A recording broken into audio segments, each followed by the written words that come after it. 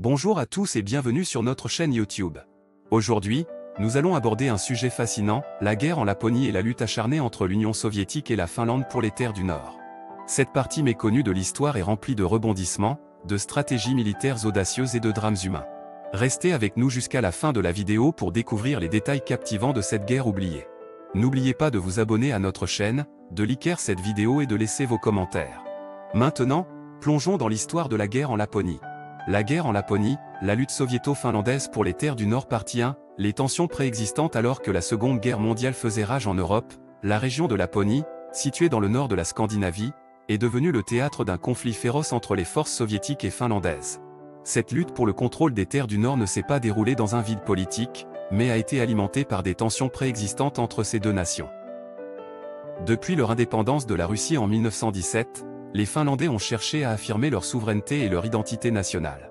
Cependant, cette quête a été entravée par la proximité géographique de l'Union soviétique, qui voyait d'un mauvais œil l'existence d'un État indépendant à ses portes. Les Soviétiques avaient des visées expansionnistes et considéraient la Laponie comme une zone stratégique. En 1939, la tension entre les deux pays a atteint son paroxysme avec le déclenchement de la guerre d'hiver. Les Soviétiques ont envahi la Finlande, cherchant à étendre leur influence dans la région. Malgré une résistance farouche de la part des Finlandais, la guerre s'est terminée par la signature du traité de paix de Moscou en 1940. Selon les termes de ce traité, la Finlande a dû céder certaines de ses terres à l'Union soviétique, ce qui a alimenté le ressentiment et le désir de revanche parmi la population finlandaise. Partie 2, les préparatifs de guerre.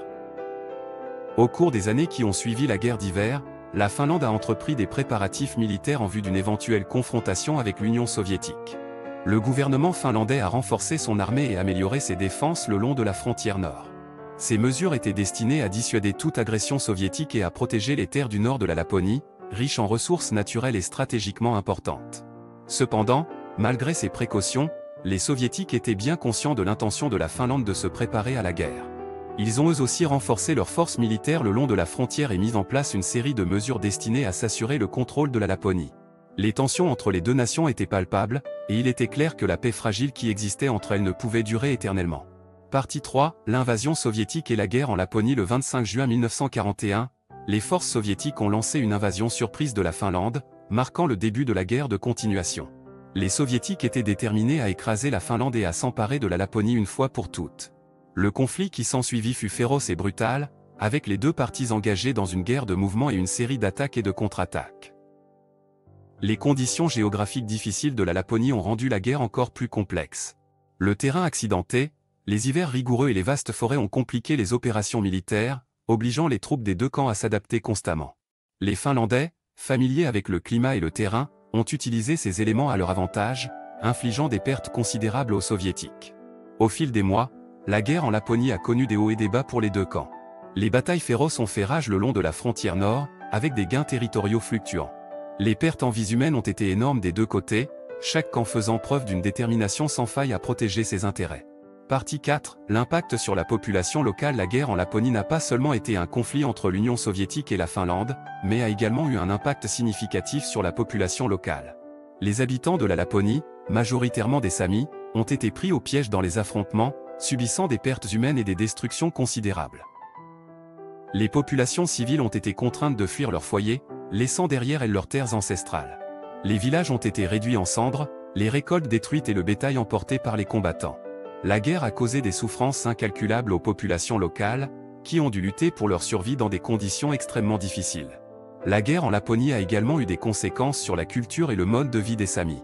Les traditions millénaires ont été perturbées, les liens ancestraux avec la terre brisés et l'identité culturelle mise à mal. Les Samis ont dû faire face à des défis sans précédent tandis qu'ils luttaient pour préserver leur mode de vie face à la violence et à la destruction. Partie 5, l'issue de la guerre en Laponie a continué de faire rage jusqu'en 1944, lorsque la Finlande a signé l'armistice de Moscou, mettant fin à son alliance avec l'Allemagne nazie et se retirant du conflit. La Laponie a été occupée par les forces soviétiques, qui ont finalement réussi à s'emparer de la région tant convoitée. Cependant, la guerre en Laponie n'a pas laissé de gagnant clair. Les pertes humaines et matérielles des deux camps étaient énormes, et la région elle-même était dévastée. La Laponie, autrefois prospère et paisible, était maintenant un paysage de destruction et de désolation. La guerre en Laponie a laissé un héritage complexe et douloureux. Elle a eu des répercussions durables sur les relations entre la Finlande et l'Union soviétique, ainsi que sur les populations locales qui ont dû faire face à la destruction de leur mode de vie et de leur identité culturelle. La lutte soviéto-finlandaise pour les terres du Nord restera à jamais gravée dans les mémoires, témoignant de la brutalité et de la complexité de la guerre.